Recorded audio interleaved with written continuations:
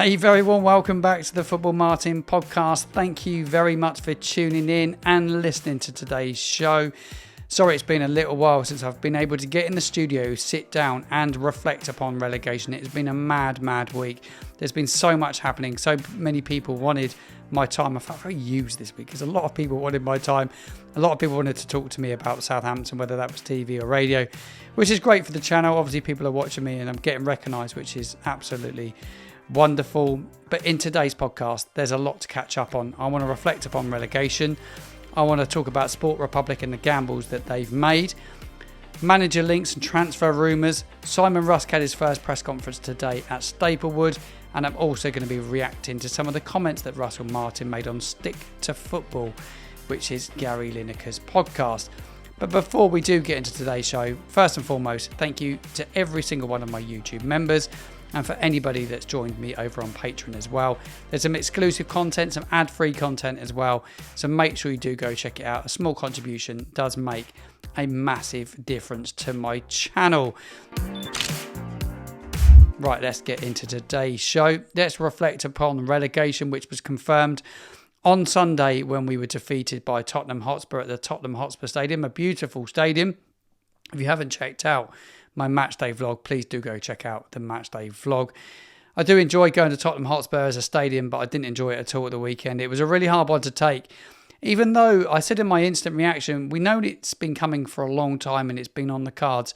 But even so, it was really hard to take, and it felt the same as every other relegation. I've been there for the 3 top flight relegations in recent years, back in the early 2000s, but 2005. That relegation, I was there against Man United, stood in the northern end. I was there again when we went down in 2023. Fulham was the game that we got relegated in. I was there for that, and I was there again at the weekend. And it's just not an easy thing to deal with. I found it hard to cheer the goal. I found it hard to clap players off. I said that in my reaction video. And some people called me not a real fan for not clapping the players off. I found that one quite strange because there was a lot of us that didn't. Did they really deserve getting clapped off at the weekend? No, they didn't, because they haven't given enough this season to our football club. And they could have given a lot more at times. Yes, there's a golfing class, and I know it's really difficult. We haven't been equipped with the players. We've gone over it a million times, and we'll probably touch upon it in today's show. But it was a really hard one to swallow. Championship, ole, ole, ole.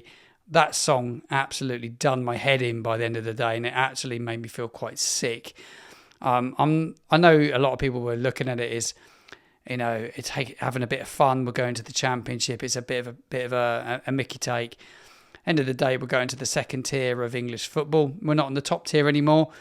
I don't like us playing outside the top tier. Personally, I want to see us in the top tier, playing against the best players, putting ourselves against the best managers, playing on the best pitches at the best clubs. And you want to be in the Premier League. And to see us go down really hurt me the weekend, and it would have done a lot of other Southampton fans. I felt really low for a few days afterwards, spoke about it a lot, and there's been a lot to reflect upon when you reflect upon relegation, and it brings me on nicely to the risky gambles and decision making that has been made without any question by Sport Republic, who are the owners. Since they come in, they've made some risky managerial appointments. Certainly their first one, because the minute they could get rid of Ralph, they made a horrific appointment, and you go back to that moment onwards. The recruitment that January and on from there, it's just been nothing short of a disaster. And I read a really good article today, and I recommend you go reading it. It's over on BBC at the moment. I'll link it in the description if you're watching on YouTube below. So if you want to go and read it, head over to the BBC. Adam Blackmore, the correspondent for BBC Radio Solent, he did a really good article, and he reflected upon loads of bits, and he spoke about some of the risky decisions that were being made by the club, and certainly Rasmus Ankersen, heavily involved in recruitment. Rasmus Ankersen, since arriving from Brentford, he said without the support of what he had at Brentford with Matthew Benham's smart odds model, which is all about analytical data on players and deep statistical insights, his track record at Southampton is not been good. And he has definitely not had those tools at Southampton by the looks of things to get the players they want. And to be fair, the track record of buying players whether it's him or other people around him, has been woefully, woefully short. Replacing senior players constantly with young players has proved the massive downfall. And I hope and pray they've learnt their lesson. But I'm not convinced that they have. I'm not convinced. But we will see what Jonas Spors does. And I hope and pray that Jonas Spors is given the opportunity, the new sporting director, to do it his way now. Because he's come in to look after recruitment. He's in search of the manager. And I hope that they let him get on with it now. And there isn't this committee, this transfer committee, driving the business. Then we talk about gambles, and then there's a managerial gamble. And there's no doubt that Jones was a gamble, most definitely, and it backfired. Sellers was a little bit less of a gamble because it was damaged imitation, but we were still within a chance of giving ourselves a chance of staying up. With the right appointment, we might have given ourselves something that last time round for relegation. Martin was a gamble because he'd never really been proven. And then Juric is a huge... It's just a cheap option, really, wasn't it? He was out of work, first and foremost. He's coming in to be the fall guy. And it's not worked. It was a gamble that's not worked. We were going down anyway. But when you listen to Simon Rusk, I'll talk about it a little bit more in the podcast. But when Simon Rusk spoke in his presser today, he come across so well. And you kind of almost wonder, why didn't they just give it to Simon Rusk and Adam Lallana a bit earlier? And not have wasted so much time with this bloke? Because I think he's actually caused a fair bit of damage in his time here. And you can see that with some of the tweets and the stories that are being leaked in the mainstream press at this moment in time. And we talk about managerial gambles.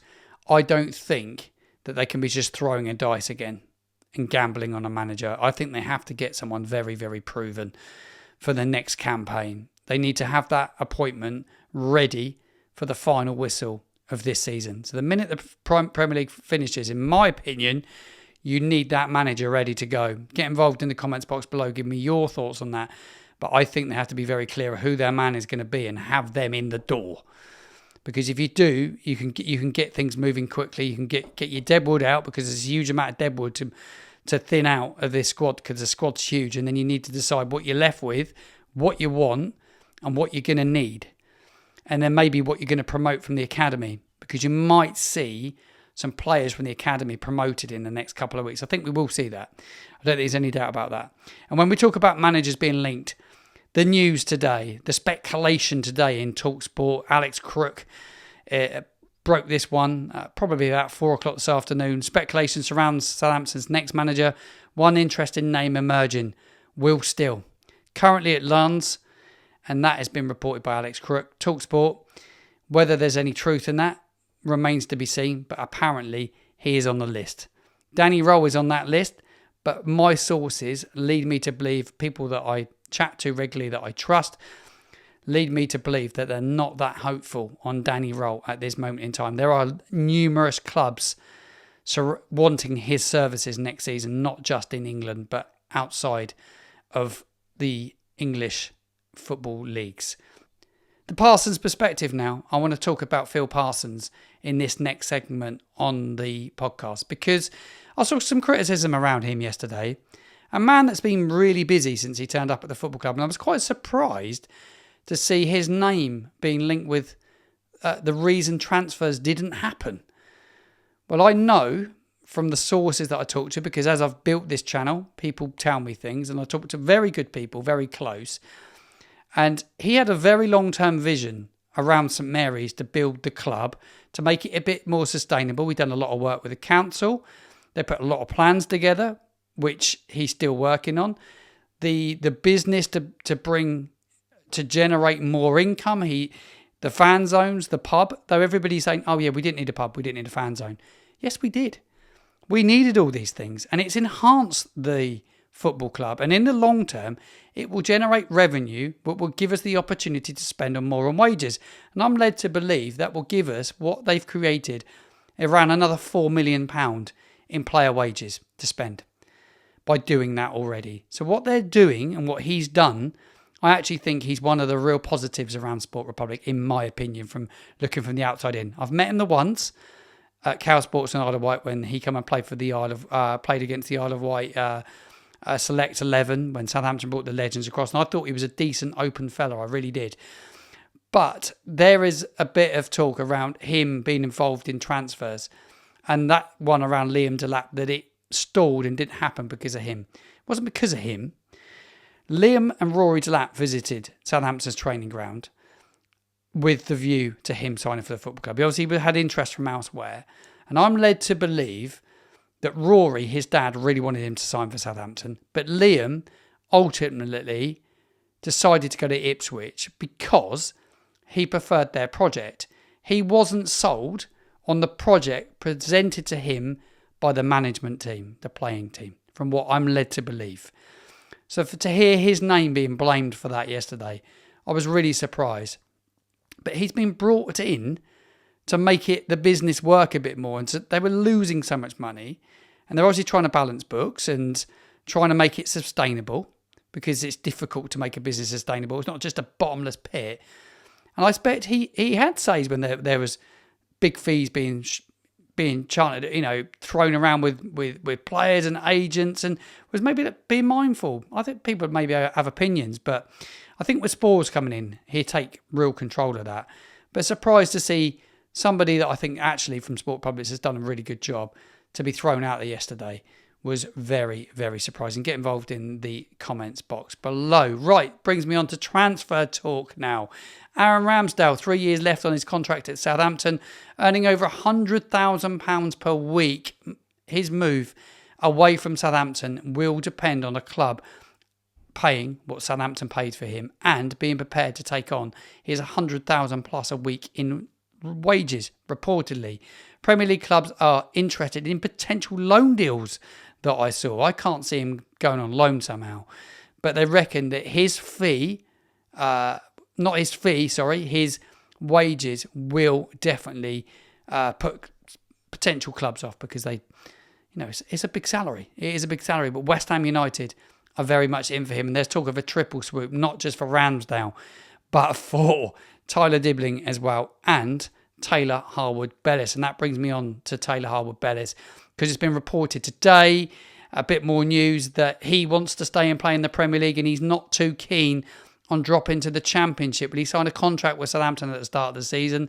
You've just got us relegated, mate. I think it's probably a wise idea to buckle down, focus on your football and try and help get Southampton back to the Premier League.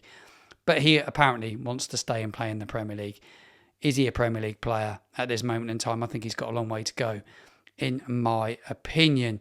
Right, press conference today. Simon Rusk, he had a press conference down at Staplewood, the training ground, and he was speaking about the 7 final remaining games of the season. He said he will be treating these games like they are the first 7 of a new season. We're building momentum for next season. I thought his press conference was tremendous today. He spoke so well.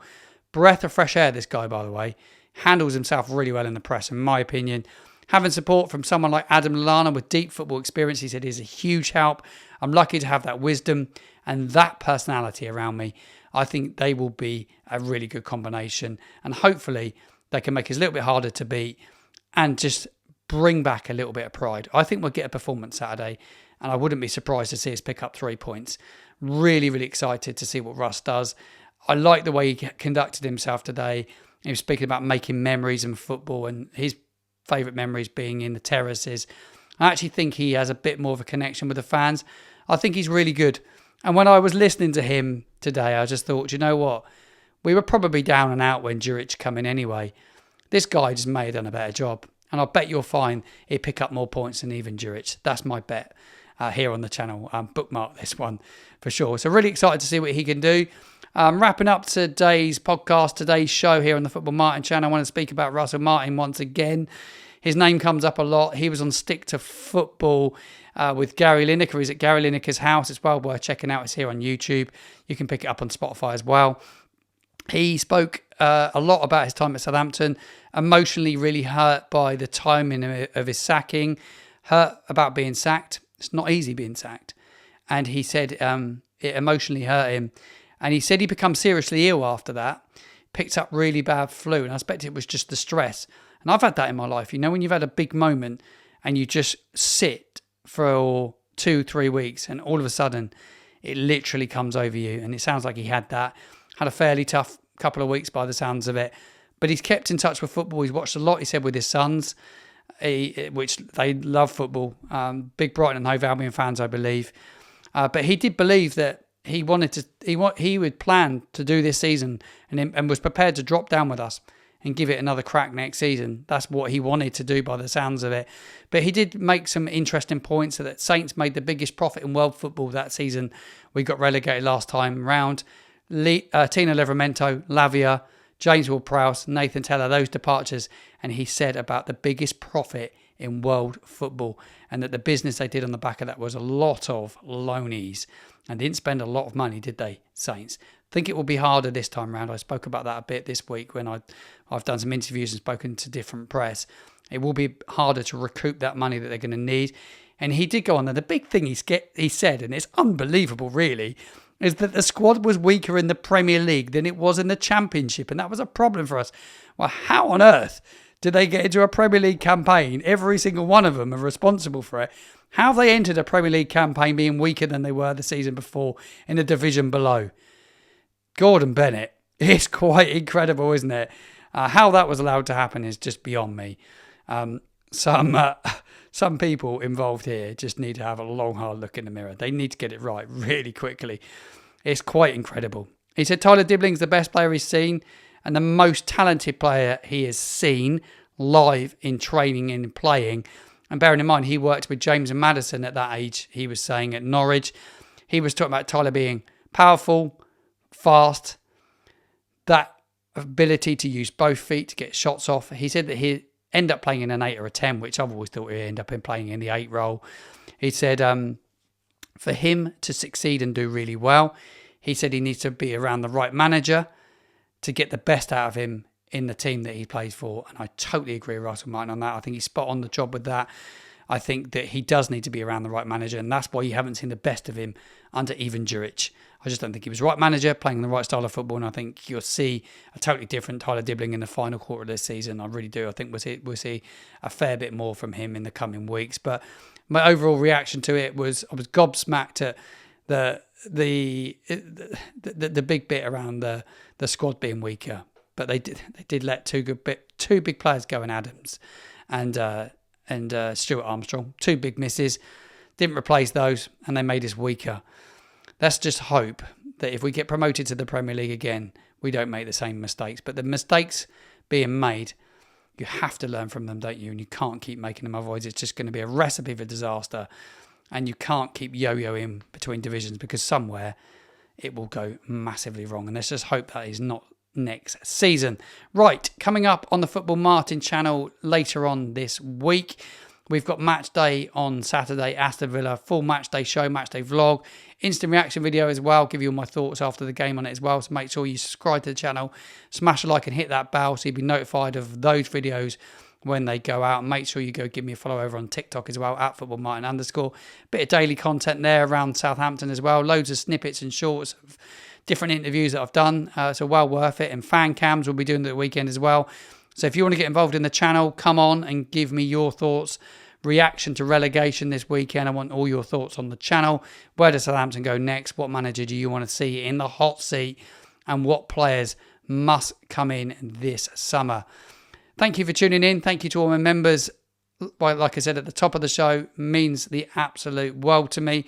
I'm off back onto the job hunt front. That is just a full-time job on its own. Trying to find a job is so hard. Didn't realise how difficult it was. It's almost a full-time job trying to find a job. So I'm really busy on that. Apologies I haven't put out as quite as much content here for the last couple of days, because I have been really, really busy focusing on that. And we've got to keep trying to build the channel as well. So getting life's balance can be difficult at times.